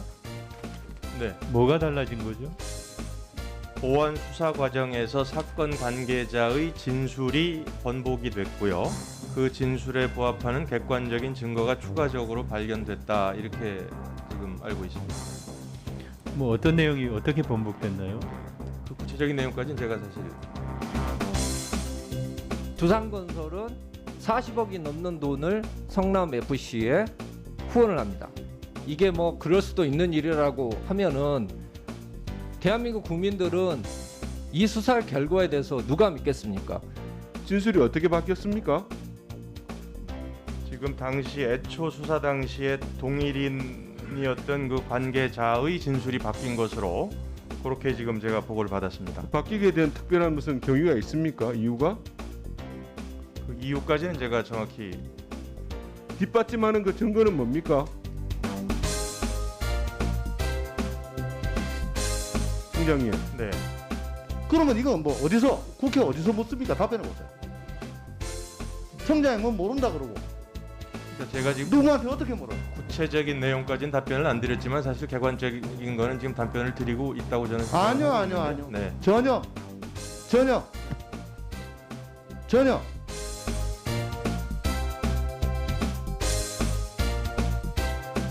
여야 패를 나뉘어가지고 서로가 바라보고 있는 시각대로 코끼리 다리를 만지고 있습니다.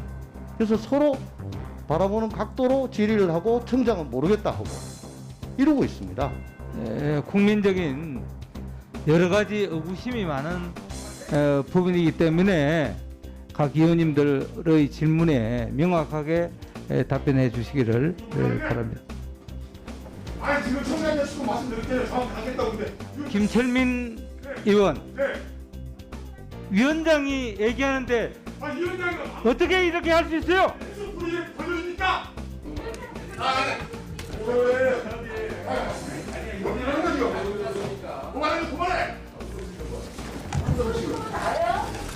뭐라고요?